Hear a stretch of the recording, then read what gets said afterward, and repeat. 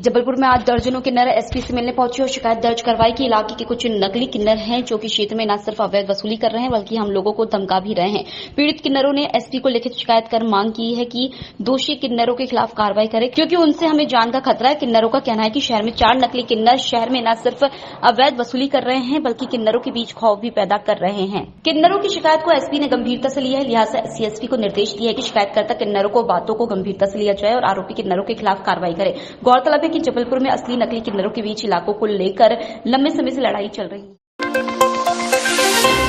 नगर निगम सदन की बैठक का आयोजन हुआ जिसमें आने वाले दिनों में होने वाली बारिश के बाद शहर में बनी जल पलावन की स्थिति को लेकर विपक्ष ने निगम सत्ता में पक्ष को घेरने की कोशिश की। नगर निगम नेता प्रतिपक्ष कमलेश अग्रवाल ने निगम की सत्ता पर गैर जिम्मेदाराना रवैया अपनाने और अधिकारियों पर भ्रष्टाचार के आरोप लगाए, जिस पर महापौर जगत बहादुर सिंह अन्नू का कहना था कि भाजपा सत्ता काल के दौरान LNT द्वारा बनाए गए नाले शहर के लिए कोर्ट साबित हो रहे हैं। महापौर ने कहा कि अंग्रेजों के समय में जो नाले 100 फीट के हुए करते थे अब वे 10 से 12 फीट के बना दिए गए हैं। अंग्रेजों के समय 1.5 लाख की आबादी में जो नाले 100 फुट के हुआ करते थे वो पिछले कार्यकाल में उसे 12 फीट और 15 फीट का बना दिया गया और बॉक्स नुमा बंद कर दिया गया और साइड की जगहों को बंद कर दिया गया।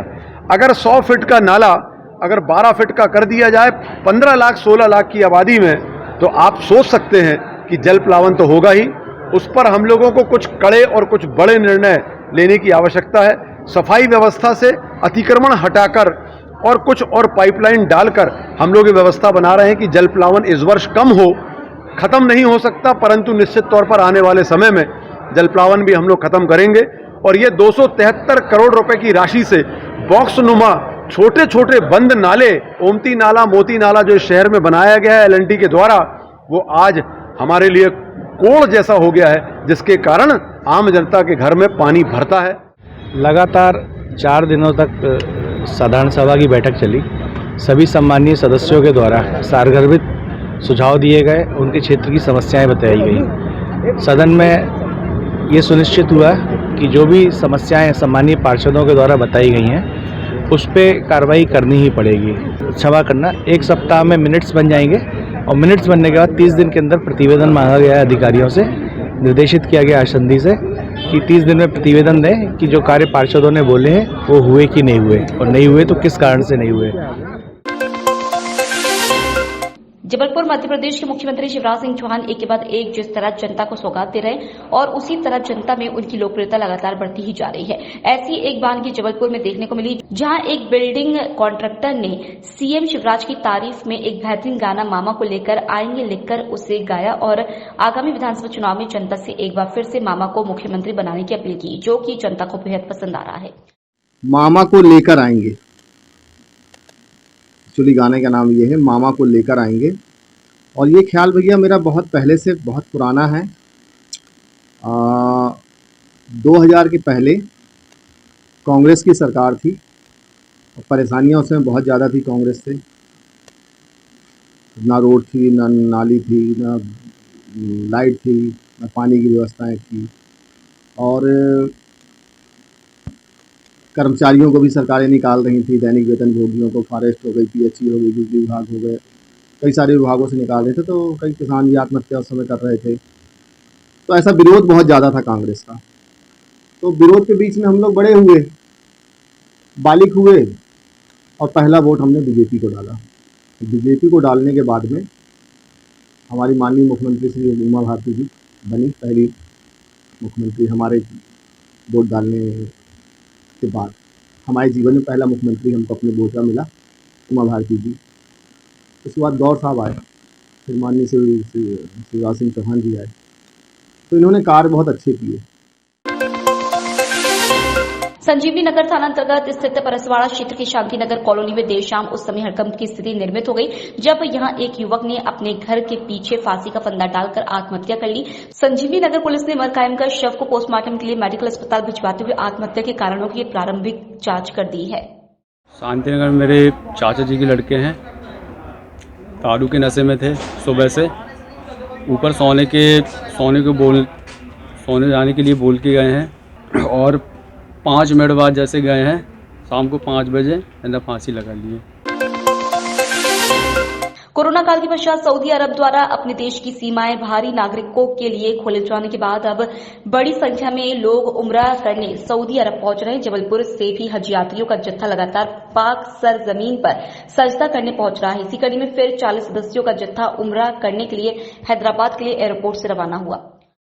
अल्हम्दुलिल्लाह रब्बिल आलमीन वस्सलातु वस्सलाम अला सय्यदिल मुरसलीन अम्मा बाद। अल्हम्दुलिल्लाह आज अल्लाह ताला ने हमको और इन ज़ायरीन को वो दिन दिखाया जिसके लिए हर मोमिन, हर मुसलमान के दिल में एक तमन्ना और एक ख्वाहिश होती है कि काश मेरा भी नसीब जगमगाता और मैं भी उस सरज़मीन के लिए सफ़र करता। ये हर मोमिन के दिल में एक तमन्ना और एक ख्वाहिश होती है, चाहे वो गरीब हो चाहे अमीर हो। आज अल्हम्दुलिल्लाह हमारे साथ 40 ज़ायरीन उम्रा करने के लिए जबलपुर से हैदराबाद, हैदराबाद से डुमना, हैदराबाद से जद्दा, जद्दा से बाई बस मक्का के लिए रवाना हो रहे। इंशाअल्लाह यहाँ से जाने के बाद तमाम लोग अपने लिए, अपने अहले व अयाल, अपने घर वालों के लिए, अपने शहर, अपने वतन के लिए दुआएं करेंगे। गोरखपुर थाना अंतर्गत कटंगा चौराहे पर समय हड़कंप की स्थिति निर्मित हो गई जब यहां खड़ी एक कार अनियंत्रित होकर सड़क के नीचे लुढ़क गई। अनियंत्रित कार को देखकर मौके पर अफरा तफरी का माहौल निर्मित हो गया, लेकिन इसके पहले कि कोई गंभीर हादसा घटित हो पाता, ड्राइवर द्वारा कार को नियंत्रित कर लिया गया। गाड़ी पार्क खड़ी हुई थी अपने पास। अपन जब तक खाना पैक कराने गए वापस आए तो स्टार्ट करने से पहले एक्चुअली मैंने क्लच की जगह वो हैंड ब्रेक डाउन कर दिया और डाउन करने के बाद जस्ट सेकंड पता ही नहीं चला कि गाड़ी नीचे उतर गई। चोट वगैरह नहीं, किसी को चोट नहीं है भैया जी, किसी को चोट नहीं। आपका नाम? आधारताल थाना अंतर्गत स्थित कंचनपुर के निर्मल चंद वार्ड में उस समय हंगामे की स्थिति निर्मित हो गई जब यहां पर जियो कंपनी द्वारा निर्माणाधीन टावर का क्षेत्र जनों ने विरोध करना शुरू कर दिया। स्थानीय जनों ने क्षेत्र में मोबाइल टावर बनाने का कड़ा विरोध किया। इस मौके पर स्थानीय पार्षद रीना ऋषि यादव भी पहुंची और उन्होंने भी मोबाइल टावर न लगाने को लेकर अपना समर्थन दिया। पार्षद का कहना था कि मोबाइल टावर के लिए स्थानीय जनों की अनुमति होना जरूरी होता है, लेकिन जबलपुर सांसद के कहने पर अवैध रूप से यह टावर लगाया जा रहा था। यहाँ पर महिलाओं के कहने पर यहाँ पर टावर का निर्माण हो रहा था, तो महिलाओं के कहने पर मैं यहाँ पर आई हूँ। ये रिहायशी इलाका है, यहाँ पर बाजू में आंगनबाड़ी भी है जहाँ छोटे छोटे बच्चे पढ़ने आते हैं और स्वल्पाहार ग्रहण करने आते हैं। गर्भवती महिलाएं टीका लगवाने आती हैं, उनके ऊपर इसका बुरा असर पड़ेगा। इस कारण यहाँ की महिलाओं ने इसका आंदोलन किया कि इसे यहाँ पर लगने नहीं देंगे और मैं भी इनके साथ, क्योंकि मैं यहाँ की पार्षद हूँ, इस कारण मैं इनके साथ खड़ा होना पड़ रहा मुझे और मैं भी इसके खिलाफ हूँ। और यहाँ की महिलाएं, बुजुर्ग सभी को इससे नुकसान है। समस्या ये है कि इन्होंने गुप्त रूप में टावर लगवाया। हम लोगों ने जब खोजबीन की तो बोलते हैं टैंक लगवाएंगे, फिर बाद में पता चला कि जियो कंपनी द्वारा यहाँ टावर लगवाया जा रहा है। ना हमसे परमिशन ली गई है। हमारे यहाँ भी हार्ट पेशेंट है, हमारे मोहल्ले में भी 8-10 लोगों को इस चीज़ की समस्या है। उनके घर में स्वयं में आंगनबाड़ी केंद्र संचालित होता है, वहाँ पर नवजात शिशु आते हैं, गर्भवती महिलाएँ आती हैं, उन पर भी दुष्प्रभाव पड़ेगा। इसलिए हम लोगों ने सबने ये फैसला किया कि यहाँ टावर नहीं लगने दिया जाएगा।